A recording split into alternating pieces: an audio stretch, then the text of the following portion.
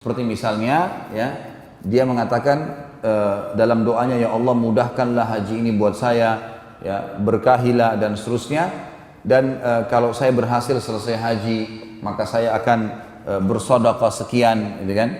Itu nazar-nazar yang positif. Walaupun nazar ini dalam pandangan jumhur ulama adalah hukumnya makruh nazarnya.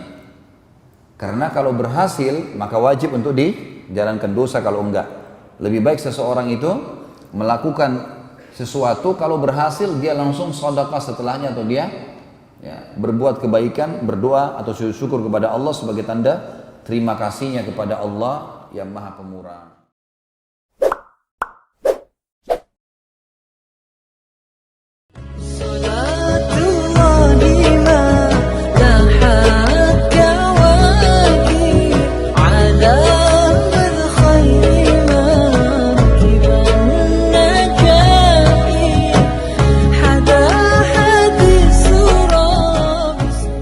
Baik, kita akan tutup teman-teman sekalian pertemuan kita pada malam ini dengan awal munculnya kemusyrikan, dan itu di tangan seseorang yang bernama Amru bin Luhai. Amru bin Luhai, hafal nama itu, Amru bin Luhai. Nama ini luar biasa ini, karena baginda Nabi SAW mengatakan apa? Aku diperlihatkan Amr bin Luhai di neraka, isi perutnya keluar sambil dia memegangnya. Kan di neraka orang tidak mati, gitu. Gak ada kematian, jadi dia disiksa sambil dia merasakan walaupun semua tubuhnya terpotong-potong tidak mati. Na'udzubillah minan nar. Karena dialah orang yang pertama mengganti ajaran Ibrahim alaihissalam. Kita mulai kisahnya. Di Mekah teman-teman, setelah Ibrahim alaihissalam meninggal, Ismail alaihissalam meninggal, tetap manusia dalam keadaan tentram. Saya terus terang secara pribadi coba menelusuri, artinya mencari tahu berapa tahun kira-kira kisah antara Ibrahim Ismail alaihissalam dengan munculnya Amr bin Luhai, tapi saya tidak temukan. Banyak buku-buku sejarah langsung meringkaskan munculnya perilaku atau munculnya kemusyrikan Jazirah Arab, awal munculnya di tangan Amr bin Luhai. Tapi selisih tahun tidak disebutkan. Intinya setelah meninggal dua nabi yang mulia ini. Kemungkinan besar cukup lama gitu. Di Mekah teman-teman, suku Jurhum, masih ingat tadi suku ini ya? Masih ingat nggak? Baik. Suku Jurhum ini teman-teman berkembang pesat, dan sekarang menjadi keluarganya Ismail alaihissalam, karena Ismail juga menikah dari situ, gitu kan? Suku Jurhum ini teman-teman, rupanya dengan adanya musim haji mendapat keuntungan yang banyak, karena mereka dagang makanan, dagang minuman seperti sekarang ya, sampai orang-orang sampai sekarang mengatakan, kalau orang pakar ekonomi Islam mengatakan tempat yang paling menguntungkan seluruhnya itu kalau bisnis di Mekah dan Madinah. Kayak orang punya hotel, orang punya toko, setiap saat ada haji, tiap tahun datang dan jutaan orang pasti belanja lagi gitu. Yang jelas ada satu suku Arab yang lain namanya Khuza'ah. Suku Khuza'ah teman-teman ini suku yang cemburu dengan Jurhum. Dan hidupnya Khuza'ah ini suka berperang. Maka mereka mau datang dan menyerang Mekah supaya bisa merebut Mekah ini dari Jurhum. Bawalah mereka pasukan besar, mereka datang dengan pasukan besar. Jurhum tahu, zaman itu dulu Mekah ada bentengnya, ditutup pintu gerbang. Mereka juga persiapkan, ringkas cerita terjadi peperangan. Setelah beberapa hari peperangan teman-teman sekalian, dengan hikmah Allah, suku Khuza'ah menang. Pendatang baru ini menang. Dan suku Jurhum dikalahkan. Maka ada beberapa pimpinan Jurhum, tapi tidak disebutkan namanya, yang akhirnya mengambil inisiatif sebelum pintu gerbang benteng mereka ditembus. Karena mereka sudah lihat ada kekalahan, orang dalam benteng sudah ketakutan, maka mereka menimbun sumur Zam-Zam. Menimbun, dihilangkan sumur Zam-Zam sama sekali. Dan mereka sepakat untuk tidak ada yang berbicara kalau pasukan Khuza'ah berhasil masuk. Nggak ada yang tunjukkan di mana air Zam-Zam itu. Masuklah mereka dan berhasil memenangkan peperangan teman-teman sekalian, dan memimpin Khuza'ah di Mekah itu ahli sejarah mengatakan antara 300 sampai 500 tahun, tapi tidak ada air. Salah satu raja dari Khuza'ah nanti yang memimpin, ini tidak disebutkan orang yang pertama. Ada juga ahli sejarah mengatakan dia orang pertama, dia yang memimpin peperangan lalu dia masuk ke Mekah. Ada yang mengatakan tidak, dia orang yang sekian datang, raja kesekiannya Khuza'ah. Ringkas cerita ada satu orang namanya Amr bin Luhai ini memimpin. Orangnya sebenarnya Amr bin Luhai ini pemimpin yang sangat disegani. Karena secara fisik orangnya tinggi besar, orangnya kuat, dan dia punya sifat dasarnya orang-orang Arab pada saat itu adalah karam. Karam itu dermawan, suka memberi makan orang, suka membantu orang. Sampai-sampai dia dengan hartanya sendiri biasa memberikan makan seluruh jemaah haji yang datang pada saat itu. Perilakunya si Amr bin Luhai. Cuma dia bukan orang yang mengikuti ajarannya Ibrahim alaihissalam. Suku yang lain dari luar datang merebut Mekah, gitu kan? Dia nggak ngerti nih ajaran Ibrahim alaihissalam. Dia cuma tahu nih jemaah haji, orang datang ya begitulah, gitu kan? Kemudian dia menggunakan dengan sukunya kesempatan untuk berdagang juga pada saat itu.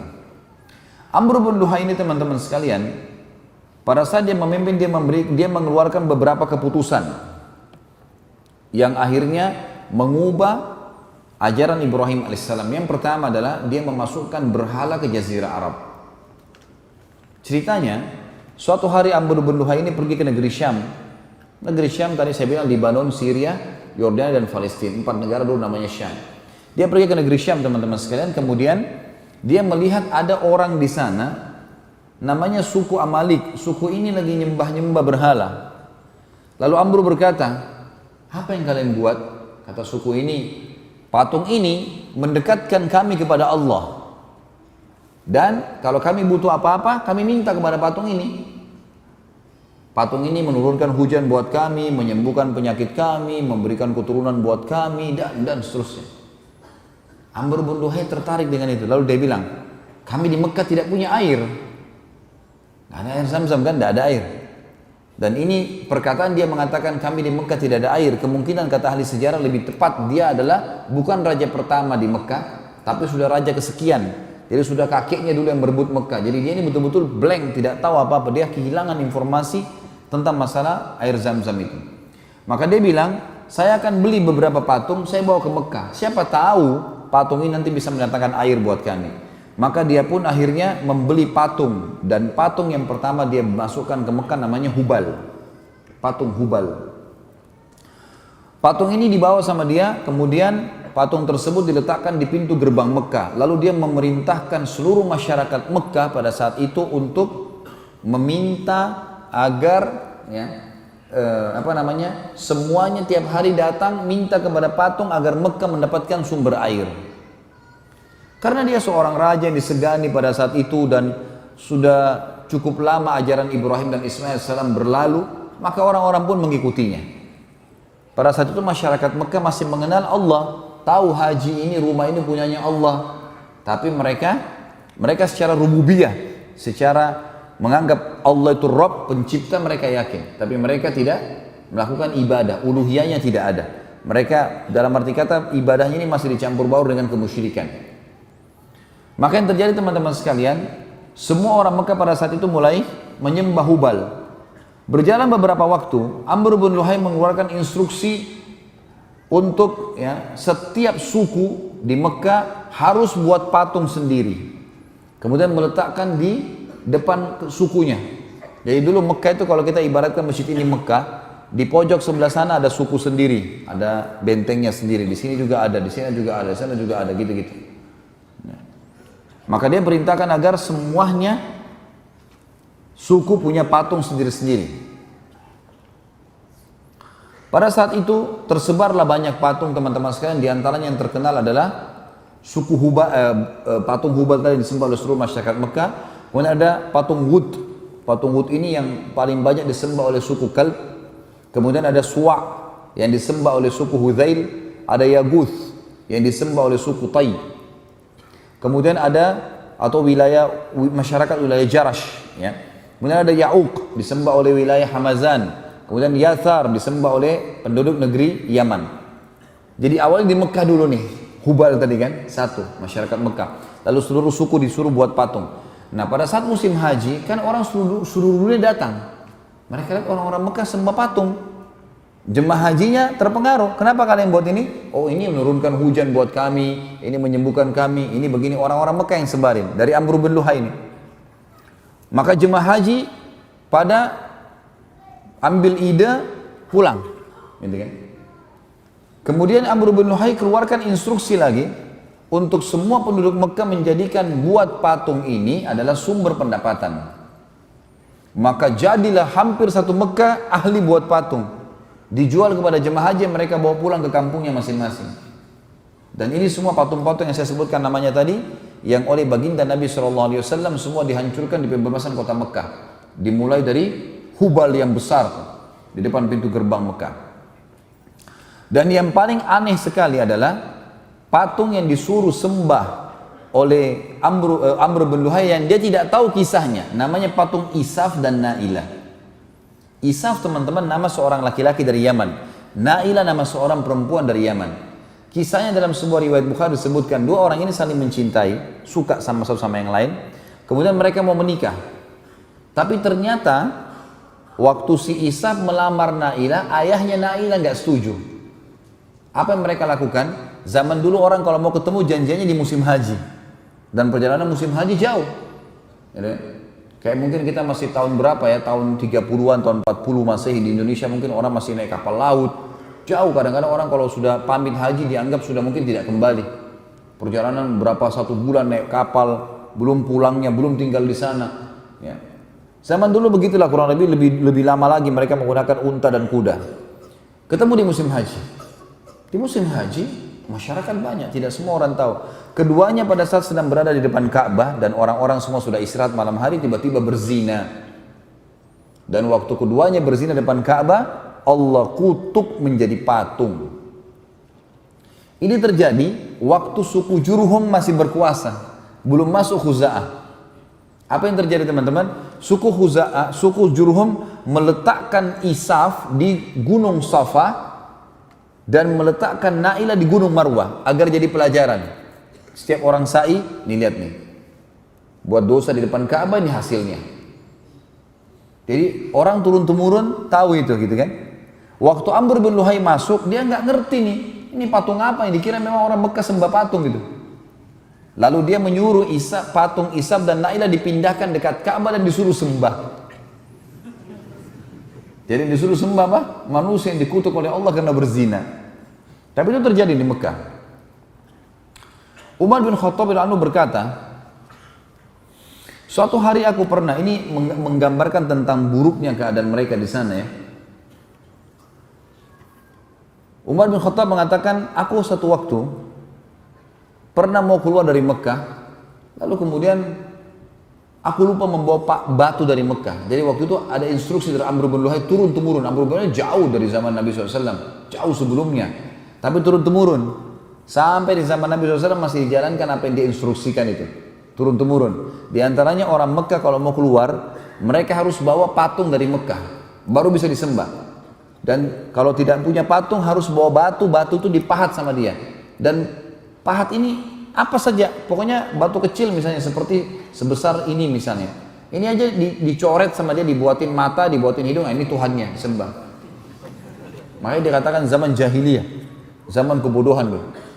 Kata Umar satu waktu, saya pernah keluar dari Mekah, lupa bawa batu dari Mekah. Nggak ada saya bawa batu dari Mekah. Kemudian di tengah jalan, waktu saya lagi istirahat, saya ingin sembah Tuhan saya, minta keselamatan.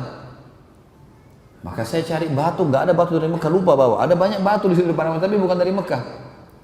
Dia bilang, lalu saya lihat dari Mekah yang saya bawa cuma pakaian sama makanan. Dan saya bawa kurma, maka saya buat Tuhan saya dari kurma. Kemudian saya sembah. Setelah saya sembah, saya lapar, saya makan kepalanya. Waktu itu Umar radhiyallahu anhu sempat tersenyum. Maka para sahabat bertanya, kenapa anda tersenyum? Dia bilang, saya teringat dulu masa jahiliyah. Begitu luar biasa bodohnya dulu gitu. Tidak mengerti. Tuhannya dimakan sendiri gitu. Di antara hal yang buruk pada saat itu teman-teman sekalian dari Amr bin Luhai, selain patung, juga dia menyuruh anak perempuan untuk dibunuh. Anak perempuan untuk dibunuh. Allah menceritakan dalam Al-Quran surah An-Nahl, surah nomor 16, ayat 58 sampai 59. A'udzu billahi minasyaitonir rajim. Wa idza busyira ahaduhum bil untha dhalla wajhu muswaddan wa huwa kadhim yatawara minal qaumi min su'i ma busyira bih ayumsikuhu ala hunin aw yadussuhu fit turab ala sa'a ma yahkumun. Dan apabila seseorang dari mereka diberi kabar dengan kelahiran anak perempuan, hitam memerah padamlah mukanya dan dia sangat marah. Ia menyembunyikan dirinya dari orang banyak disebabkan buruknya berita yang disampaikan kepadanya. Apakah dia akan memelihara anak perempuan itu dalam keadaan menanggung kehinaan dari masyarakat, ataukah akan menguburkannya ke dalam tanah hidup-hidup? Ketahuilah, alangkah buruklah apa yang mereka tetapkan itu. Di dalam surah Zukhruf, surah nomor 43 ayat 17, Allah yang maha tinggi dan maha purba juga menceritakan tentang masalah ini. A'udzu billahi minasyaitonir rajim. Zukhruf ayat 17. Wa idza busyira ahaduhum bima daraba lirrahmani mathalan dhalla wajhu muswaddan wa huwa kadhim. Padahal apabila salah seorang dari mereka, maksudnya orang-orang Quraisy Mekah, diberi kabar gembira tentang datangnya anak perempuan, maka apa yang mereka jadikan sebagai atau dinisbatkan kepada Allah yang maha pemurah, jadilah muka mereka hitam pekat sebab dia amat menahan sedih. Apa maksudnya di sini teman-teman sekalian? Apa yang mereka nisbatkan kepada Allah zat maha pemurah? Jadi ternyata orang-orang Quraisy itu mengatakan malaikat itu anak perempuannya Allah. Dan Allah pasti tidak mungkin terima. Allah SWT lam yalid wa lam yulad. Allah Esa. Allah tidak butuh dengan semua malaikat, semua makhluknya. Allah tunggal, maha kuat, maha sempurna, gitu kan. Walam yakul lahu kufuwan ahad. Allahus samad, jelas. Allah tidak membutuhkan pada siapapun, semua bergantung padanya. Maka pada saat itu Allah mengatakan, padahal apabila salah seorang dari mereka diberikan berita gembira dengan apa yang mereka jadikan sebagai misal bagi Allah yang maha pemurah, maksudnya mereka katakan malaikat anak perempuan Allah, lalu mereka kalau dapat anak perempuan mereka malah bermuram. Bagaimana bisa mereka menganggap Allah punya anak perempuan, mereka sendiri tidak mau menerima anak perempuan itu? Yang mereka lakukan teman-teman sekalian adalah mereka mengubur anak perempuan itu hidup-hidup, atau mereka harus memeliharanya dalam kondisi mereka malu. Surah Takwir, surah nomor 81 ayat 8. Allah juga mengatakan, A'udzu billahi minasyaitonir rajim, wa idzal mau'udatu su'ilat bi ayyi dzambin qutilat. Dan apabila bayi-bayi perempuan yang dikubur hidup-hidup ditanya, karena dosa apa mereka dibunuh. Baik teman-teman sekalian, selanjutnya yang ketiga yang dikerjakan oleh Amr bin Luhai adalah mengubah talbiyah. Mengubah talbiyah. Tentu anak-anak perempuan ada yang hidup di Mekah ya, tapi hidup itu hanya sekitar mungkin kalau dia punya anak 10 misalnya, atau dia punya anak 5, dia berharap anak perempuannya cuma 1, yang lainnya 4 perempuan. Mengubah talbiyah ini, talbiyah yang masyhur di zaman Ibrahim alaihissalam adalah talbiyah yang disyariatkan dalam syariat Nabi Muhammad alaihi wassalatu wassalam. Labbaik Allahumma labbaik, labbaik la syarika laka labbaik, innal hamda wan ni'mata laka wal mulk la syarika lak. Artinya, aku menjawab panggilanmu ya Allah, aku menjawab panggilanmu dengan santun ya Allah. Labbaik, ini kalimat yang baik ya. Makanya teman-teman didik anak-anaknya agar kalau kita panggil dia mengatakan, misal nak sini, labbaik. Kata-kata labbaik ini santun. Dalam orang Arab itu menggunakan untuk, ya saya menjawab panggilanmu dengan santun. Ya.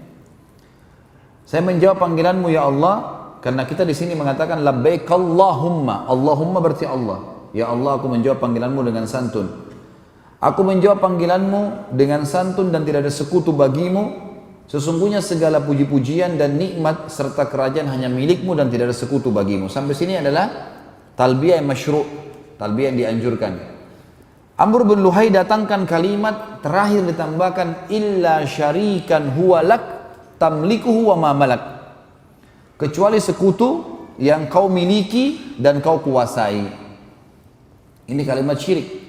Nggak boleh, artinya berarti Allah punya sekutu. Sementara Allah mengatakan la syarika lak. Tidak ada sekutu baginya. Ini kalimat syirik, dan sampai zaman Quraisy terakhir ya, itu mereka masih menggunakan kalimat ini, dan orang-orang Quraisy bisa membedakan antara muslim sama kafir di talbiyah mereka pada saat mereka sedang mengucapkannya. Yang keempat, pensyariatan bahirah, saibah, wasilah dan ham. Ini istilah-istilah hewan. Ini syariatnya si Amr bin Luhai ini. Amr bin Luhai lalu menetapkan syariat bagi masyarakat Mekah yang ia karang sendiri, keluar dari ajaran Nabi Ibrahim alaihi salatu wassalam, yaitu pensakralan hewan tertentu. Allah yang maha tinggi dan maha mulia menceritakan kasus ini dalam surah Al-Ma'idah. Tentu antum kalau tidak dengar dari apa yang kita sampaikan atau tidak mengetahui apa yang kita sampaikan teman-teman, antum tidak mengerti kalau baca ayatnya ini. Karena istilah ini memang istilah hewan. Bahira, saibah, wasilah dan ham. Saya bacakan ayatnya surah Al-Ma'idah, surah nomor 5 ayat 103. Ini Allah ceritakan tentang pensyariatnya Amr bin Luhai di Mekah nih. A'udzu billahi minasyaitonir rajim. Ma ja'alallahu min bahiratin wala sa'ibatin wala wasilatin wala hamin walakinnal ladzina kafaru yaftaruna 'ala Allahil kadzib wa aktsaruhum la ya'qilun. Allah sekali-kali tidak pernah mensyariatkan bahira, sa'ibah, wasilah dan ham. Akan tetapi orang-orang kafir membuat-buat kedustaan terhadap Allah dan kebanyakan mereka tidak mengerti. Maksudnya orang kafir adalah Amr bin Luhai yang akhirnya disyariatkan di Mekah. Apa itu hewan-hewan teman-teman? Bahira adalah unta betina yang telah beranak 5 kali. Jadi kalau ada unta betina melahirkan sampai 5 kali dan anak kelimanya jantan. Lalu unta betina itu dibelah kupingnya, induk betina tadi yang sudah dapat 5 anak, anak kelimanya jantan, dilepaskan, tidak boleh ditunggangi dan tidak boleh lagi diambil air susunya. Ngarang-ngarang, nggak ada hubungannya sama sekali. Unta melahirkan 5 anak, anak kelimanya jantan, apa hubungannya gini? Kupingnya dipotong, tidak boleh lagi diganggu gugat. Itu namanya bahira. Allah mengatakan Allah tidak pernah sekali-kali mensyariatkan bahira. Nggak ada hubungannya. Kemudian dikatakan wasilah atau saibah. Bahiratin wala saibah. Saibah adalah unta betina yang dibiarkan pergi kemana saja karena suatu nazar. Seperti jika seorang Arab jahiliyah akan melakukan sesuatu atau perjalanan yang berat, maka ia bernazar akan menjadikan untanya saibah bila maksud atau perjalanannya berhasil dengan selamat. Jadi saibah itu orang beli unta nih, orang jahiliyah beli unta, lalu dia bilang, kalau saya berhasil nanti, saya berhasil dalam perjalanan saya, atau menikah dengan fulana, atau saya berhasil usaha saya, ini nanti saya jadikan saibah. Saibah adalah unta yang dibiarin saja, nggak diganggu gugat. Kayak kalau kita diwakafin atau apa, pokoknya begitu. Tapi masalahnya unta saibah nggak boleh ada yang sentuh. Gitu, dibiarin aja, nggak boleh ditunggangi, nggak boleh diambil susunya, nggak boleh disembeli dan seterusnya. Yang ketiga wasilah. Wasilah ini seekor domba betina melahirkan anak kembar yang terdiri dari jantan dan betina. Jadi domba betina punya anak kembar, jantan dan betina. Maka yang jantan disebut wasilah, tidak disembeli dan diserahkan kepada berhala. Ini suci. Kalau ada domba betina punya anak kembar, laki-laki dan perempuan, jantan dan betina, yang jantannya ini suci, harus diberikan kepada berhala, cuma boleh disembelih untuk berhala. Yang terakhir ham. Ham adalah unta jantan yang tidak boleh diganggu gugat lagi, karena berhasil membuntingkan unta betina 10 kali. Aneh betul ini syariatnya. Tapi begitulah syariat dia. Begitulah syariat dia. Yang memang dia syariatkan ke masyarakat Mekah supaya orang-orang Mekah mau mengerjakannya, dan itu dijalankan oleh mereka, Allahu a'lam. Jadi ini teman-teman sekalian, bahasan kita berhubungan dengan masalah sirah tentunya, dan nanti kita akan masuk insya Allah di pertemuan akan datang tentang keadaan masuknya agama Yahudi dan Nasrani di Jazirah Arab. Ini akan kita bahas insya Allah nanti di pertemuan akan datang. Dan seperti saya janjikan, saya akan bacakan beberapa pertanyaan. Tapi teman-teman sekalian tolong bertanya sesuatu yang belum difahami. Dan kalau sudah pernah, dan sesuai dengan tema kita. Dari tadi pagi boleh. Dari tadi pagi sampai sekarang sesuai ditanya. Kalau sesuai dengan bahasan insya Allah saya jawab. Kalau enggak usah teman-teman. Kalau sudah faham, sudah pernah tanyakan kepada seorang ustaz, sudah ada dalilnya, enggak usah tanya lagi. Berdasarkan penjelasan Pak Ustadz, kambing dan domba hewan yang luar biasa baik. Namun ada lambang-lambang syaitan menggunakan bintang terbalik dengan kepala kambing sebagai simbolnya. Biasa digunakan alat musik keras. Apakah ini konspirasi? Bagaimana tanggapan Pak Ustadz dengan cara dan bagaimana cara menanggapinya? Gak usah ikut-ikutan dengan simbol mereka. Islam tidak mengenal simbol-simbol bintang, simbol-simbol syaitan, gitu kan?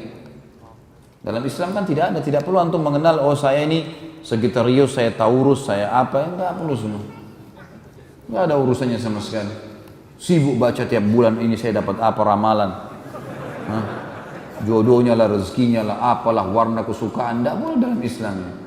Kata Nabi SAW, siapa yang mendatangi dukun, peramal, penyamun, dan makna lain juga adalah membaca, melihat, mengikuti instruksi dukun, peramal, penyamun, penyihir, tidak diterima sholatnya 40 hari.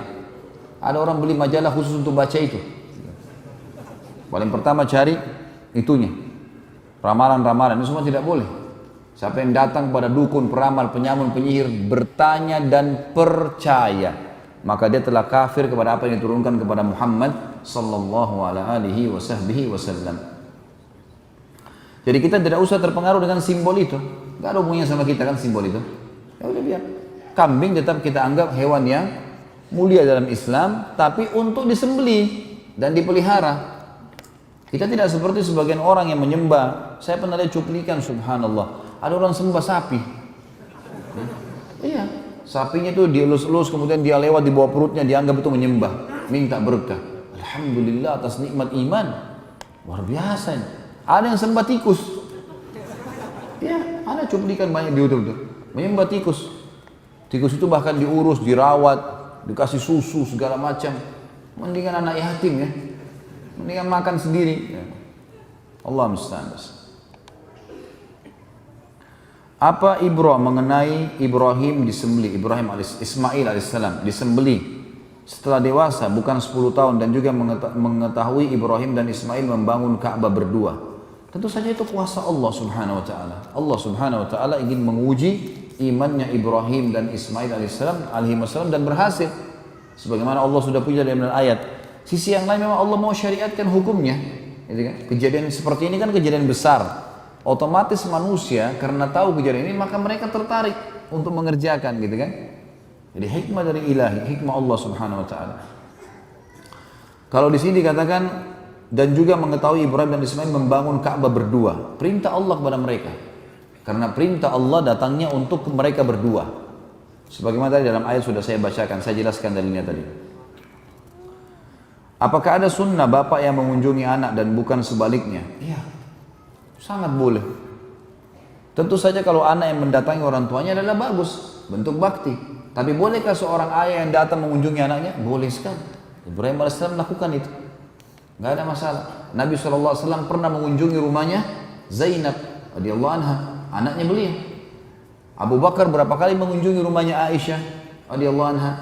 Banyak, nggak ada masalah. Orang tua mengunjungi rumah anaknya, malah itu bagus, dia bukakan pintu kebaikan, contoh buat anaknya. Apa batasan muamalah dengan ahli bidah? Apa boleh senyum, salaman, bercanda? Kita lihat dulu teman-teman, bidah apa ini? Jangan sembarangan juga gitu. Ya, karena ada bidah mukaffirah, ada bidah yang sampai pada tingkat mengkafirkan. Seperti misal menyembah-nyembah berhala. Bidah kan berarti perbuatan yang baru gitu kan? Yang Nabi SAW tidak contohkan. Menyembah berhala, minta pakai jin, minta pada kuburan dan seterusnya, itu minta pada kuburannya ya, bukan minta pada Allah. Maka itu adalah mukaffirah, berbahaya. Kalau orang seperti ini diingatkan, dinasihati, diluruskan. Kalau tidak mau ya kita menghindar, menjauh dari dia. Kita menjauh, gitu kan. Kalau itu adalah bid'ah yang sifatnya bukan mukaffirah, dalam arti kata bid'ah yang memang tidak dicontohkan dalam Muhammad SAW tapi tidak membawa pada kekufuran, gitu kan. Maka ini tidak harus ditinggalkan. Kita memberikan salam. Kalau orang bersalaman kita salaman, sambil kita nasihatin tentunya. Sambil kita nasihatin, doain. Karena ini adalah sesuatu yang dia perlu dakwah. Insya Allah kalau kita niatnya baik, mereka akan bisa berubah.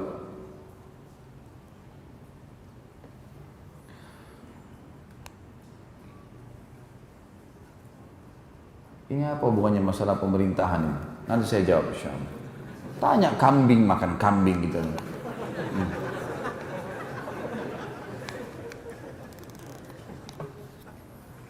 Ustaz, setelah daurah iman saya meningkat, apa bisa jadi kesyirikan? Ya, kenapa syirik? Iman kepada Allah.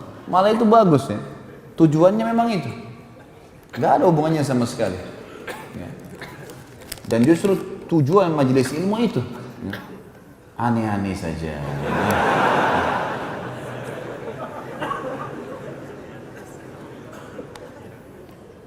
Kami adalah para pemuda yang baru berhijrah. Kami merubah penampilan kami dan mulai memelihara jenggot dan baru belajar tentang agama. Pertanyaan ini mewakili kami para pemuda yang hadir di sini. Ini benar nggak mewakili semuanya? Berilah kami nasihat agar bisa tetap konsisten seperti ini, agar kami bisa tetap semangat dalam menjalani sunnah secara terus-menerus. Teman-teman sekalian, sesuatu yang mengubah seseorang menjadi lebih baik adalah prestasi. Menjadi lebih baik adalah prestasi, dan tolok ukur kebaikan adalah sesuai dengan syariat Allah.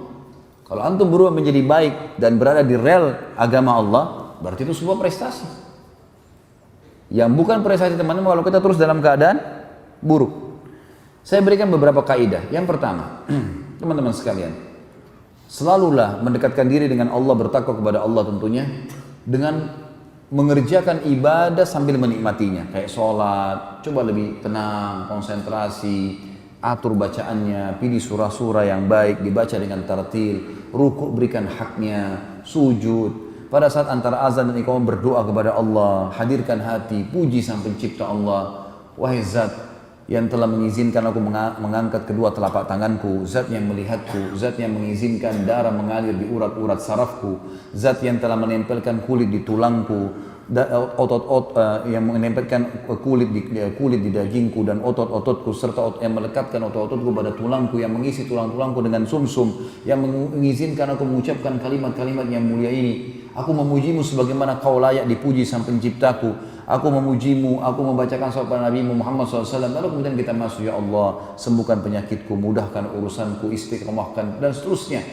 Biasakan berdoa, berzikir dengan tenang. Subhanallah, subhanallah, subhanallah. Renungi isinya. Jangan seperti orang kumur-kumur. Subhanallah, subhanallah, subhanallah, alhamdulillah.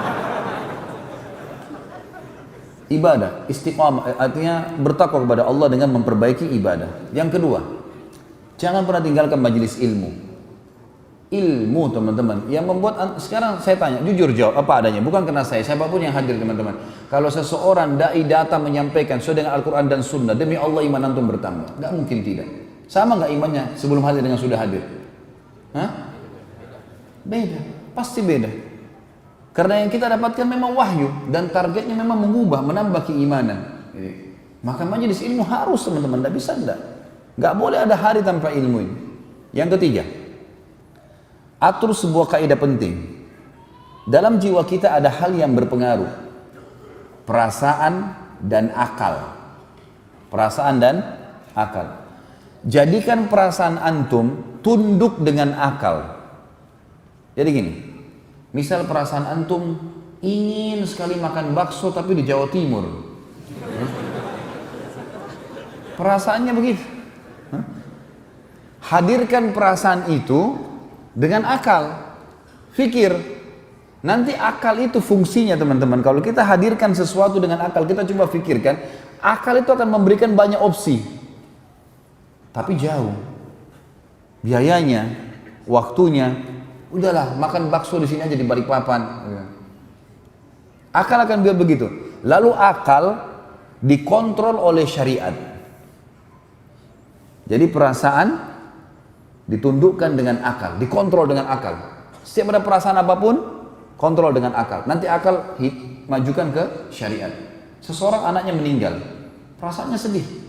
Hadapkan itu dengan akal. Fikir. Maka akal akan memberikan opsi, ini sudah mati, mau nangis, mau teriak, nggak bisa hidup. Harusnya begini, harusnya begitu. Lalu akal dikontrol dengan syariat. Ini penting kaidahnya. Ini teman-teman, kalau antum jadikan prinsip hidup, akan sangat memecahkan banyak masalah. Kadang-kadang kita terbawa perasaan mengalahkan akal, mengalahkan syariat. Kita kalau dipanggil berjihad misalnya, perasaan kita mengatakan, aduh malam, gelap, nanti gini, nanti begitu. Akal, tapi ini peluang, kapan lagi bisa terulang? Akal akan memberikan opsi. Hubungkan dengan syariat. Oh, kalau saya mati saya akan masuk surga tanpa hisab, dan akan aman semua. Yang keempat, bentuk komunitas. komunitas, harus bersama dengan teman-teman yang sama. Kita kalau berteman dengan orang yang azan ke masjid, kita akan selalu ke masjid kan? Kalau antum mau berprestasi teman-teman, berteman dengan orang-orang prestasi. Kita kalau berteman, misal contoh urusan dunia, dengan pengusaha, 10 orang semua teman kita pengusaha. Kita sedikit banyaknya kan terpengaruh dengan mereka. Karena mereka tiap hari bicara, kita ambil barang dari mana, modalnya bagaimana. Kita awalnya mungkin kikuk kalau nggak pernah usaha, tapi lama-lama kita akan terbiasa.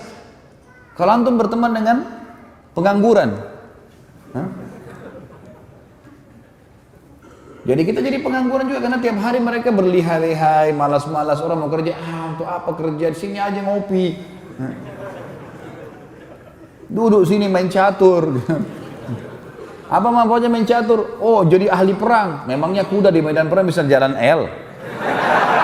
Hah? Dari mana itu? Ngarang-ngarang. Strategi perang, angkat pedang, belajar, itu benar. Lempar tombak, bukan main itu. Buang-buang waktu berjam-jam di pinggir jalan, tidak ada manfaatnya. Gitu. Jadi kita kalau bergaul sama orang prestasi, kita prestasi. Saya pernah pengalaman pribadi teman-teman waktu di Madinah. Saya usahakan teman-teman dekat saya orang yang prestasi. Saya bingung lihat teman saya dulu. Ada satu orang Somal, namanya Abdurrahman, Masya Allah. Beliau selesai S3 di Madinah. Selalu ranking 1, selalu lulus itu cum laude nomor 1. Dan dulu di Madinah itu kalau lulusnya mumtaz, itu dapat uang 1.000 real dari kampus. Saya lihat orang ini, apa kelebihannya orang ini? Akhirnya saya lakukan 2 hal. Yang pertama, saya coba mau ikutin. Saya bilang sama dia, akhi, ba'da sholat, nanti habis sholat, isya, ke kamar saya mau hidangkan teh, kita duduk ngobrol-ngobrol. Dia bilang, iya, taib. Datang, karena dia kenal saya gitu. Di kamar ini saya sudah siapin teh, sudah siapin biskuit, dan saya siapin kertas sama pulpen mau nyatat. Dia mau bicara apa? Ini orangnya komplot nomor 1, pasti bicaranya ilmu terus gitu. Begitu masuk di kamar saya, 2 jam duduk bicaranya masalah nikah. Lah iya, waktu itu kami masih bujang. Nanti kalau anak menikah sama ini perempuan begini, hak mubah bicara masalah pembicara, tapi 2 jam ini bicara. Saya pikir tadi mungkin kita kembali ke rujukan kitab ini, syekh ini, buku ini, tulisan begini di halaman sekian. Saya udah nggak ada tulisan, tapi saya juga nggak ngorek, biarin aja.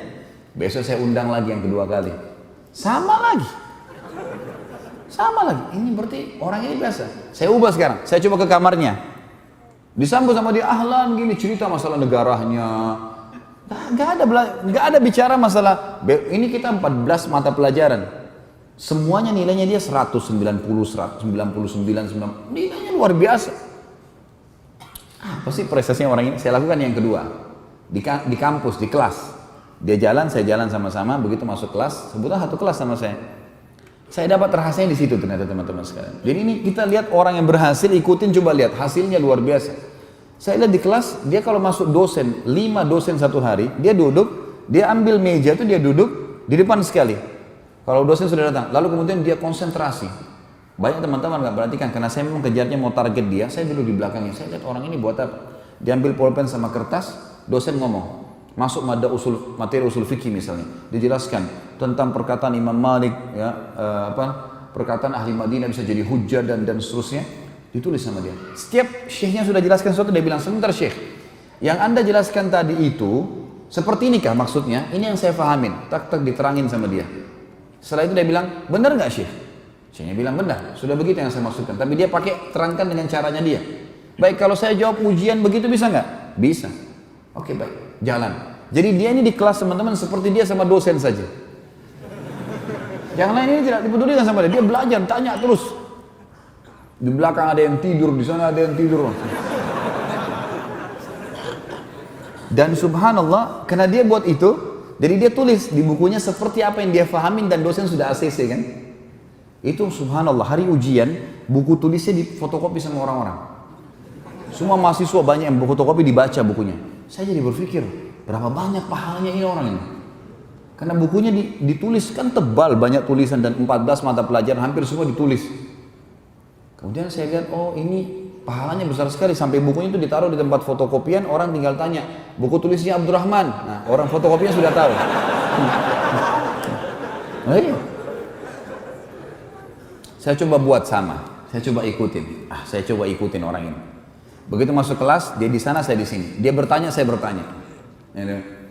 Apa yang dia buat, saya buat, ciplak saja. Tapi emang bertanya yang tidak paham ya. Bentar Syekh, gini Syekh, dialog. Sampai akhirnya ada materi, ya kebetulan ini, karena saya senang sekali dengan sirah, yang makanya saya susun. Sirah ini ada dosen datang, udah aslinya Afghanistan, aslinya tapi sudah warga negara Saudi. Beliau memang ketua waktu itu ketua bidang sejarah di kampus di fakultas saya gitu, fakultas dakwah.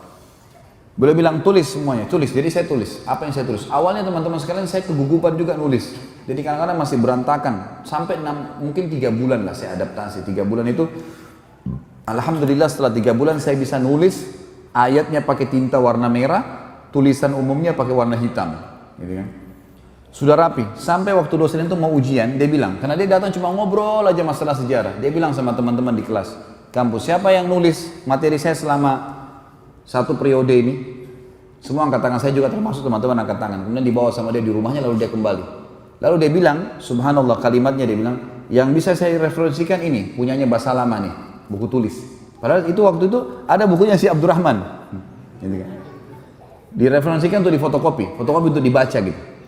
Waktu hari ujian, itu buku saya sama bukunya Abdurrahman dua-duanya sama-sama. Di fotokopi orang-orang. Gitu kan. Dan pada saat lulus, nilainya sama nilai saya tidak jauh. Sama-sama, betul dia misalnya lebih tinggi dari saya. Masya Allah, tapi sama-sama dapat 1.000 real.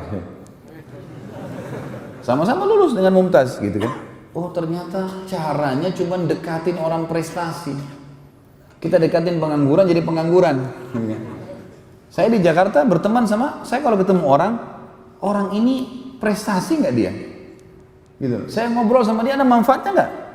Mungkin urusan pendidikan anak kah, usaha kah, masalah keimanan kah? Kalau duduk ngobrol kosong untuk apa? Apa manfaatnya? Harus seorang mukmin punya nilai, detik hidupnya mahal gitu. Jadi antum harus bentuk komunitas. Kalau satu orang jalan dengan baju koko, sendiri dengan kopi, ya dia masih malu. Tapi kalau dia jalan dengan 5 orang sama-sama semua penampilannya, seorang akhwat jalan pakai jilbab besar atau pakai cadar sendirian, masih malu. Tapi kalau 5-10 orang yang jalan, beda kan? Maka komunitas itu penting sekali.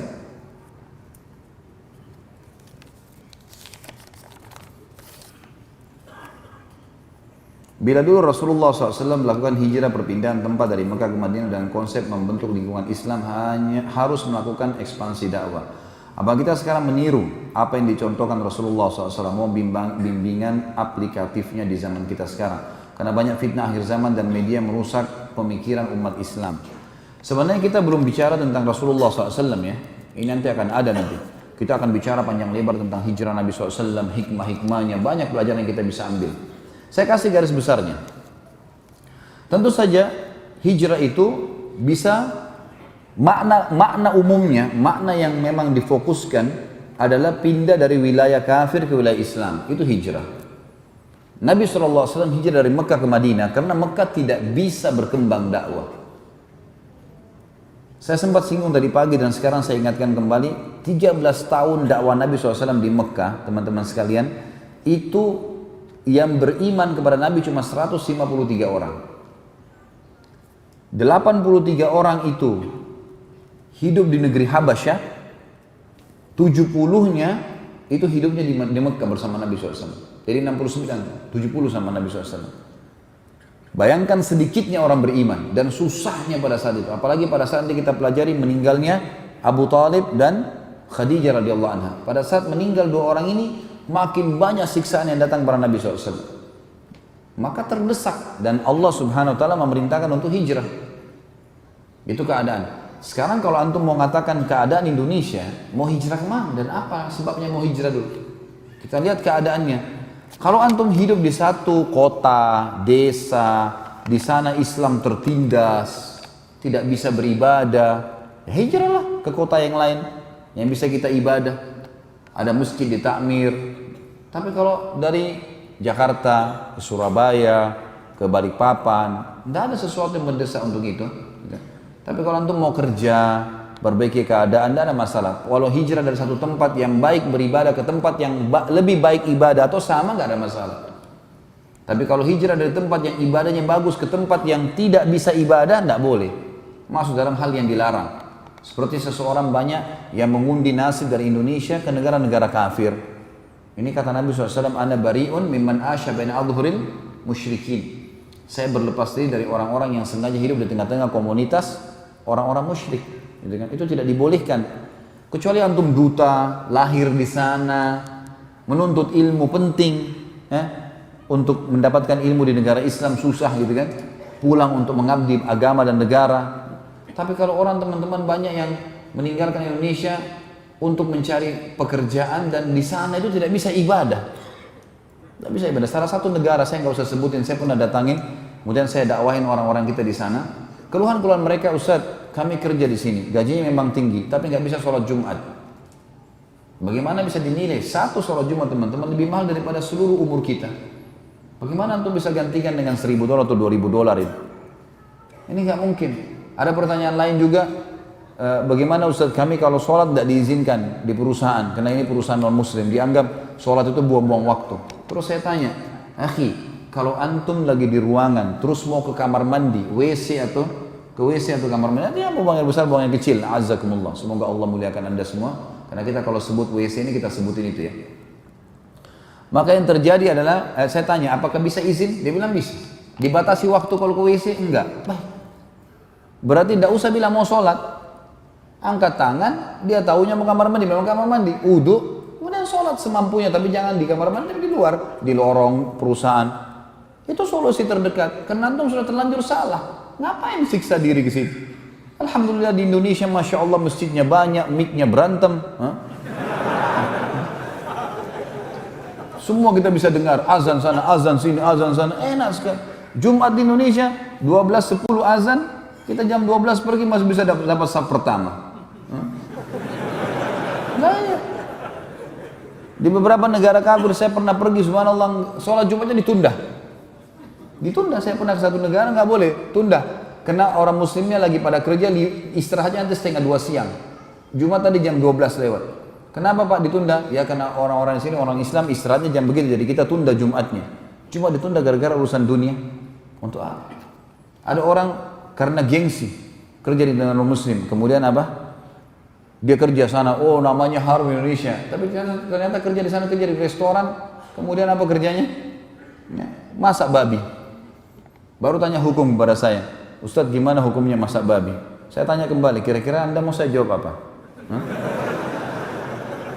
Coba bagaimana mau dijawab? Haram ya haram dalam agama. Ini kalau haram, jangan cari lagi dari samping dan bawahnya halal. Haram berarti haram. Nggak bisa. Nggak ada. Orang nggak mungkin seorang dai yang tahu beriman pada Allah lalu menjual akhiratnya. Nggak mungkin. Haram, jangan dilakukan. Babi itu haram transaksinya, makan dagingnya, sentuh kulitnya pun haram. Gimana caranya orang menjual agamanya untuk itu? Kenapa nggak jual tempe, nasi uduk di Indonesia bisa laku? Di Jakarta, Masya Allah, saya masuk di gang-gang, ya, di daerah Jakarta Timur, gang-gang kecil, orang hidup, bertetangga kecil-kecil, jual gorengan depan rumahnya laku, hidup, bisa hidup, rezekinya ada. Tapi mulia, dunia sebentar kan? Kata Nabi SAW, perumpamaan aku dengan dunia seperti orang yang musafir lagi penat, capek, istirahat sebentar di bawah pohon, hilang penatnya pergi.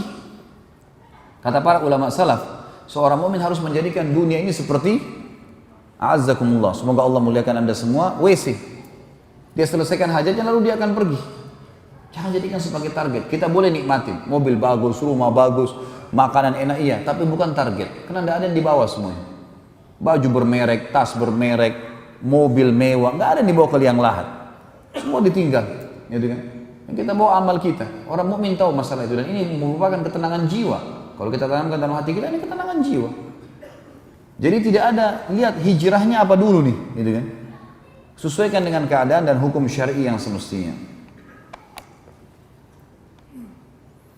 Setelah mendengar penjelasan Ustaz, kami menjadi faham mana yang benar dan salah. Semoga saja Allah mengikhlaskan dan itu memang benar sesuai dengan yang Allah inginkan. Pertanyaan, pada peristiwa penyembelihan dijelaskan bahwa umur Ismail AS 40 tahun. Berdasarkan firman Allah, Allah memerintahkan Ibrahim menyembelih anaknya.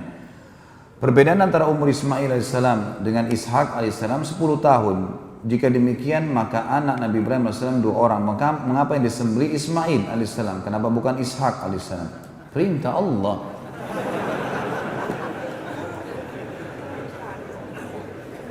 Saya rasa kronologisnya, mengapa demikian? Saya rasa kronologisnya salah. Bukankah Nabi Ibrahim AS ketika baru punya anak satu-satunya Ismail pada peristiwa penyembelihan? Subhanallah. Bukankah kita ceritakan kalau Ibrahim, Ismail dan Ibrahim beda, Ismail dan Ishak beda berapa tahun tadi? 1 tahun. Kan gitu. Waktu Ismail masih bayi 1 tahun, ya, sebelum dibawa ke Mekah, Sarah sudah melahirkan Ishak. Gitu kan? Sudah melahirkan Ishak sebelum dibawa Hajar ke Mekah. Berarti dikatakan sejarah 10 tahun ini perlu diteliti lagi kembali. Gitu kan? Dan kenapa Ismail? Hikmah Allah. Karena Ismail dulu di Mekah, Ishak di Palestina dengan ibunya. Tentu Nabi Ishak punya kisah sendiri ya. Panjang kisah Nabi Ishak itu. Ada kisah riwayat sendiri. Nanti akan ada insya Allah dalam serial Nabi-Nabi. Ishak nanti punya anak Yakub, Yakub punya anak Yusuf. Diceritakan panjang lebar kan? Kisah Nabi Yusuf alaihissalam itu kisah sendiri. Kita belum masuk ke sana karena kita ceritain Mekah. Gitu kan? Jadi itu hikmah dari Allah Subhanahu Wa Taala. Nanti akan kita juga pelajari ke depannya ada sabda Nabi SAW yang mengatakan, Ana ibnu dzabihain. Saya anak dari 2 orang yang akan disembelih dan tidak jadi. Nanti akan ada kisah Abdullah, ayah Nabi SAW yang tidak jadi disembelih oleh ayahnya Abdul Muttalib. Dan juga Ismail yang tidak jadi disembelih oleh Ibrahim alaihissalam. Maka di sini Nabi SAW mengatakan saya anak keturunan dari 2 orang yang tidak jadi disembelih.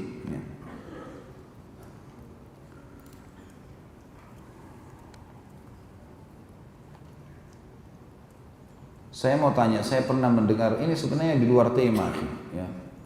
Saya pernah mendengar kajian sunnah di YouTube. Ustaz tersebut menyatakan bahwa orang yang mengaku keturunan Rasulullah SAW di Indonesia nasabnya terputus dari Ali Al-Muhajir, Ahmad bin Isa Rumi. Apakah benar demikian Ustaz? Saya telusuri di internet, Ali Al-Munajir adalah keturunan Husain radhiyallahu anhu. Dan siapa sebenarnya Ali Al-Muhajir itu? Mohon penjelasannya. Allahu a'lam. Saya tidak ada ilmu di situ. Kalau untuk apakah terputus jalur nasabnya sampai Ali Al-Muhajir, Allahu a'lam. Tapi yang saya tahu, memang ada keturunan Nabi SAW. Kita diantara salawat yang kita baca apa? Allahumma salli ala Muhammadin wa azwajihi wa dhurriyyatihi kama sallaita ala ali Ibrahim innaka Hamidum Majid wa barik ala Muhammadin wa azwajihi wa dhurriyyatihi kama barakta ala ali Ibrahim innaka Hamidum Majid. Itu riwayat sahih. Ya Allah, berikanlah salam dan kesejahteraan kepada Nabi SAW dan istri-istri juga keturunannya. Sama juga kita mengatakan Allahumma salli ala Muhammadin wa ala ali Muhammadin, sama al Muhammad adalah istri dan keturunannya, gitu kan? Jadi ini semua kita mengucapkan memang itu. Tapi masalah kasus di Indonesia terputus dari saya tidak pernah tahu itu. Allahu a'lam, saya tidak masuk ke alam itu. Tapi yang saya tahu bahwasanya ada beberapa teman-teman dari Saudi pernah datang dan mereka menelusurin, memastikan jalur-jalur nasab mereka di beberapa orang-orang di Indonesia. Ya, Allahu a'lam. Yang jelas saya tidak tahu pastinya ya. Cuma keturunan Nabi SAW ada. Ini sama kurang lebih. Mohon bimbingan untuk bisa sungguh dalam mentauhidkan Allah dari hidup dan bahaya fitnah. Sama tadi poin yang saya jelaskan tadi ya, beberapa cara untuk istiqamah.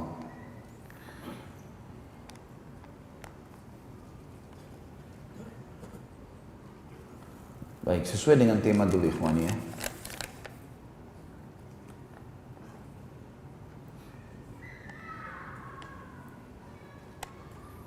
Ustaz, mohon nasihat antum untuk ana dan mungkin untuk kawan-kawan yang lain juga. Ana pedagang, ana tutup usaha 1 harian ini untuk bisa ikut daurah ini. Apa yang mau dinasihati maksudnya? Baik atau enggak gitu? Baiklah. Ya, Masya Allah bagus untuk ilmu. Apalagi antum cuma sebulan sekali kan ini ya acara kita ya. Ya insya Allah ada manfaatnya. Mudah-mudahan antum malah dengan hadir majelis ilmu Allah berkahi dagangnya insya Allah.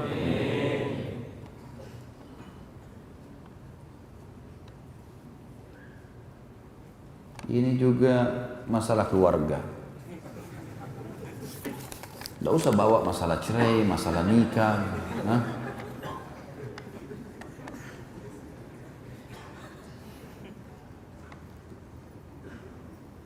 Apa hukumnya apabila memotong kambing tapi niatnya buat orang yang sudah meninggal? Ini umumnya ulama membolehkan. Sembelihan yang diniatkan masuk dalam ibadah umumnya yang bisa sampai kepada orang yang sudah meninggal. Allahu a'lam. Apa hukumnya bila seorang ayah, bapak belum sempat mengakikahkan anaknya dan bapaknya meninggal lebih dulu? Tentu saja kalau dia tidak tahu hukumnya, gugur. Atau dia tidak mampu. Dan ulama menjadi dua pendapat. Pendapat pertama mengatakan, kalau lewat hari ke-7, sudah nggak ada lagi akikah. Karena riwayat yang paling kuat adalah 7 hari. Ibnu Qayyim mentarjih menguatkan hadis Tirmidzi tentang masalah bolehnya akikah di hari ke-7, 14 dan 21. Mentarjih. Ibnu Qayyim menyebutkan masalah itu. Dan beliau menyebutkan dengan sangat jelas tentang bolehnya diakikah di 3 waktu itu. Walaupun riwayat yang paling sahih adalah 7 hari. Diberikan nama, disembelihkan dan seterusnya. Dan Ibnu Qayyim juga menyinggung dan dipegang oleh para ulama dari pendapat beliau bahwasanya bolehnya mengakikahkan diri sendiri kalau tidak sempat orang tua mengakikahkan dirinya. Karena ada hadis Nabi SAW riwayat Bukhari yang berbunyi, kullu mauludin marhunatun, semua orang yang lahir itu tergadaikan jiwanya bi akikatihi, dengan akikahnya. Jadi sabda Nabi SAW ini seakan-akan memang tidak ada batas umur, karena semua yang lahir terikat dengan akikahnya.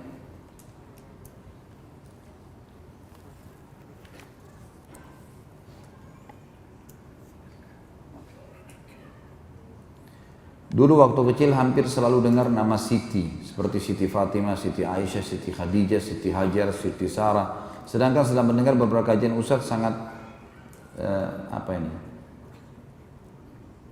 Ustadz tidak sekalipun mengucapkan Siti pada Aisyah dan Fatimah. Sebenarnya apa yang dimaksud dengan Siti? Saya juga tidak tahu. Kenapa harus ada Sitinya? Mana dalilnya ada Siti? Yang saya tahu cuma ada di kita ya, mungkin di Asia Tenggara, mungkin di Indonesia, di Malaysia. Saya tidak tahu juga Malaysia, jangan bawa-bawa negara orang lah. Di Indonesia, setahu saya tidak di kita yang pakai Siti-Siti itu, tapi tidak pernah ada. Antum pernah dengar riwayat ada Siti Aisyah, Siti? Tidak pernah Khadijah kan gitu. Allah alam apakah niatnya penghormatan atau tidak, tapi semua Aisyah, Khadijah, Fatimah radhiyallahu anhunna ajma'in ini adalah orang-orang mulia.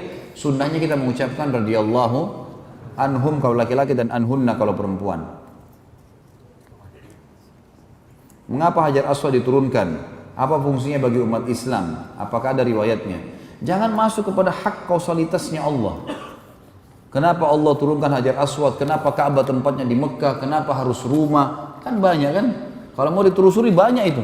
Kenapa Allah buat padang pasir? Kenapa ada lautan? Kenapa turun hujan? Kenapa harus ada matahari? Kenapa ada malam dan siang? Ini bukan alam kita teman-teman. Antum lahir tinggal nikmati. Banyak protes. Kenapa ini? Kenapa itu? Tinggal lapar makan. Enak sekali. Haus minum. Patut meninggal masuk surga. Tanya ini, tanya itu, tanya macam-macam. Cerewet.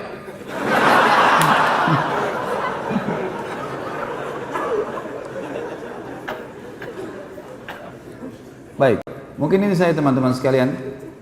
Di sini ada disebutkan juga bagaimana hukumnya kita sholat di masjid yang bukan sunnah, apalagi disuruh jadi imam. Apa solusinya? Ada masalah. Kenapa? Kecuali kalau masjid itu ada kuburannya, ya, yang jelas-jelas dilarang. Ulama fikih membahas tentang masalah apa hukumnya sholat di belakang imam yang majhulul hal. Majhulul hal ini antum nggak tahu siapa orang ini imamnya, tapi antum masuk masjid sudah sholat dia. Sah sholatnya, karena kita tidak tahu. Tapi kalau antum tahu jelas orang ini orang berbuat kemusyrikan, orang ini melakukan hal-hal yang memang jauh dari agama, kalau majhul hal itu bisa saja dia ahli maksiat atau orang fasik atau masih ada pelanggaran agama, ya insya Allah pelanggaran agama itu masih bukan hal yang membawa pada kekufuran, gitu kan?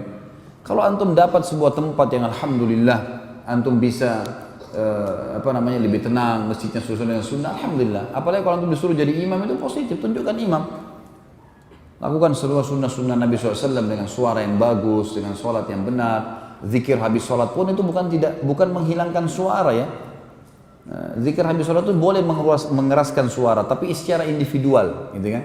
Sesuai dengan riwayat Ibnu Umar radhiyallahu anhu yang mengatakan, aku mengetahui dalam riwayat Bukhari, aku mengetahui kalau sholat sudah selesai di masjid di zaman Nabi SAW, kalau aku mendengarkan suara zikir mereka, gitu kan?